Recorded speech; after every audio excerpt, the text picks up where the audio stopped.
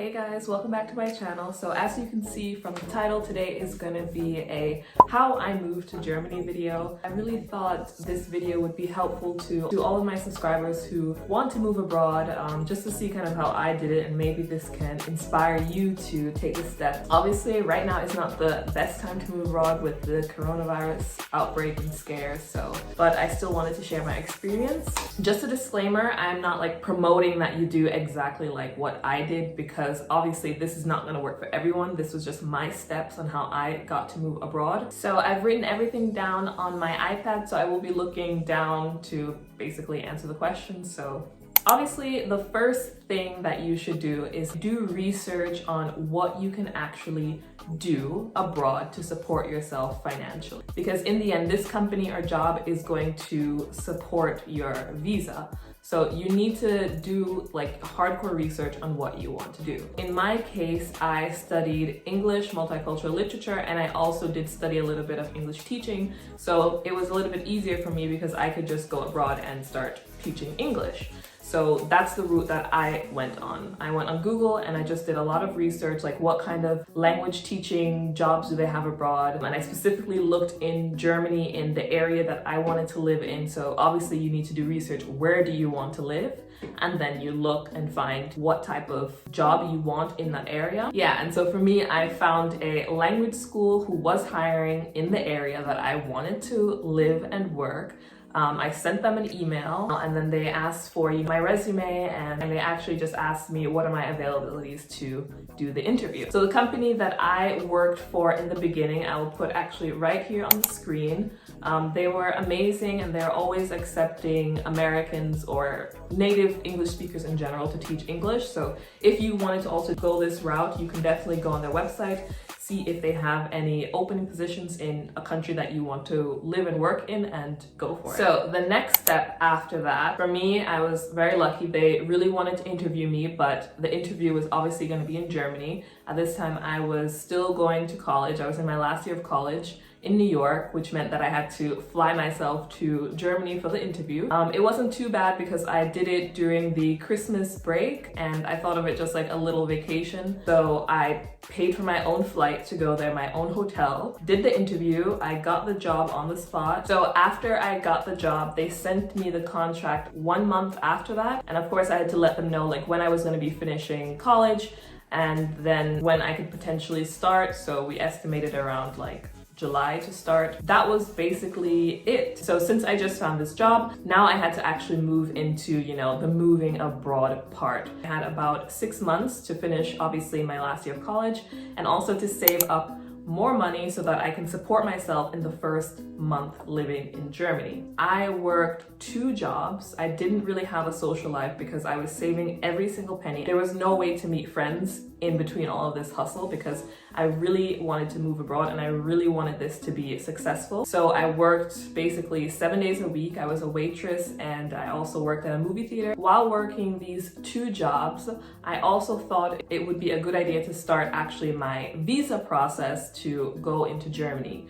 In hindsight, I realized that that was a waste of time. So that's one tip for you. If you're specifically wanting to move to Germany, I would do that visa process in Germany, because in America, for me, it didn't make any sense. During this like 6 months, you're preparing yourself to move abroad and you're working and saving up a lot of money. The next thing obviously is to book your one-way flight. I think that's self-explanatory. You can just go on Google Flights or whatever airline you like and just book your one-way flight. The next step now is obviously moving into the country and getting started.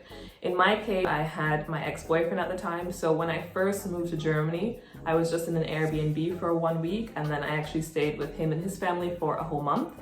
But in your case, obviously you need to prepare for that. You need to save up enough money to support yourself for maybe the first 3 months, because you don't know if you will get your work visa yet to start working. The thing about Germany is you do not need a visa to enter Germany for the first 3 months.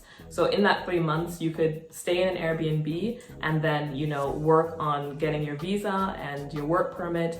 and then you can move on to look into housing. I didn't have a visa when I first entered Germany because the US consulate said to finish it there. The next main step is to actually get yourself registered in Germany. So I already had my work contract. I obviously couldn't start working in Germany without being registered in Germany and with the consulate. So I went to the consulate, I showed them my contract, and they basically told me that I couldn't really get registered yet because I needed to have a place to live. So I needed to be registered in some type of house.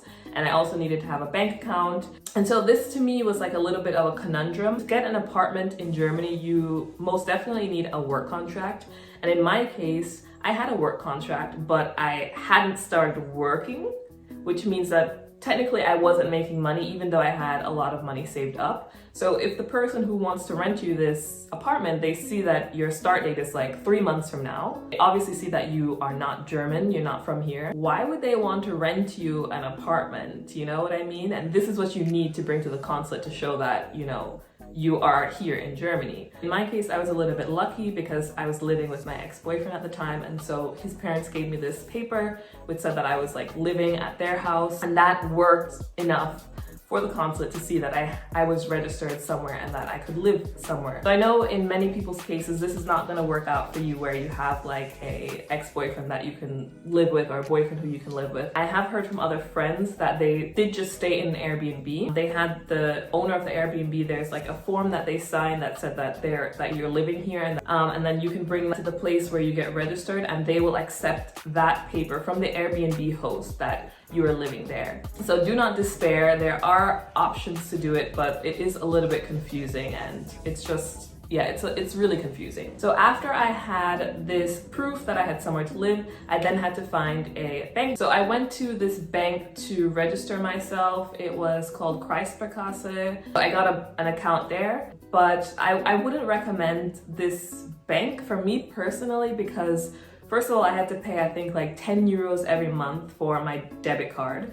And then I always had to pay some type of fee when taking out money, even at the bank. So I would go to the bank and I always had to pay to take out my own money from a debit card. So I didn't see the sense in that. So I closed that bank account, I think, after a month. And then I decided to join N26.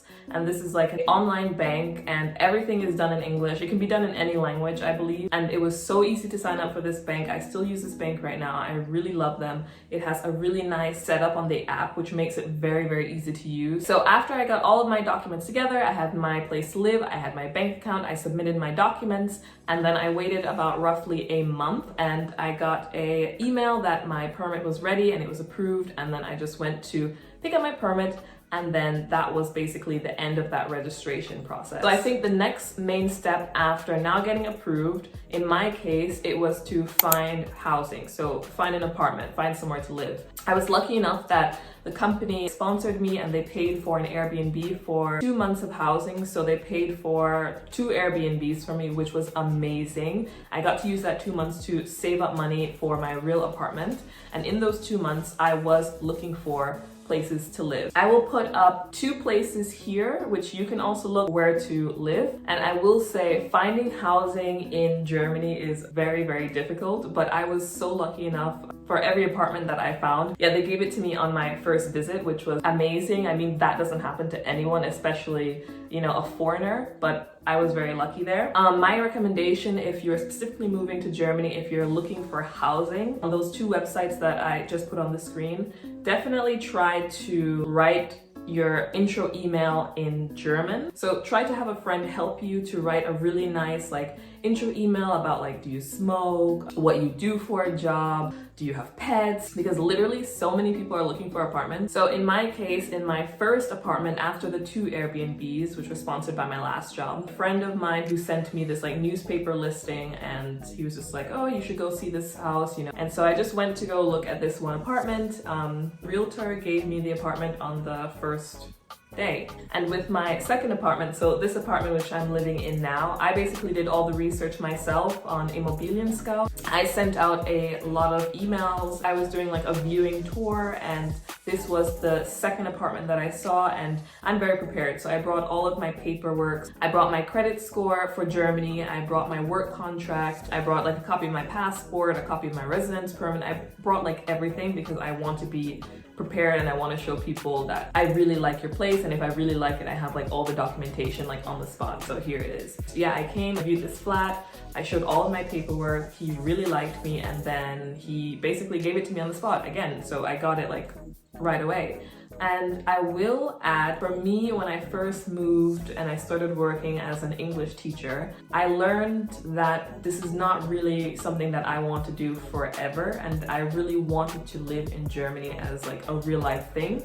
And if I was teaching business English, I wasn't that happy doing it anymore. The thing that I want to stress is that with teaching English is basically how I got to my next job and how I got to my job now, which makes me afford this place. I was not happy with the job, but I still wanted to live abroad. And while I was doing this job, I was teaching like CEOs and like high-class individuals. And this was the way how I got to network. And this is actually how I met my future boss. He was a CEO of his own company, and I did kind of like a one-to-one English session with him. And I was just like, what's the worst that can happen? Let me just ask and see if he's looking for this so-and-so position at his company, and let's just see how it works. I mean, the worst is that he's gonna say, no, I'm sorry, we don't have anything.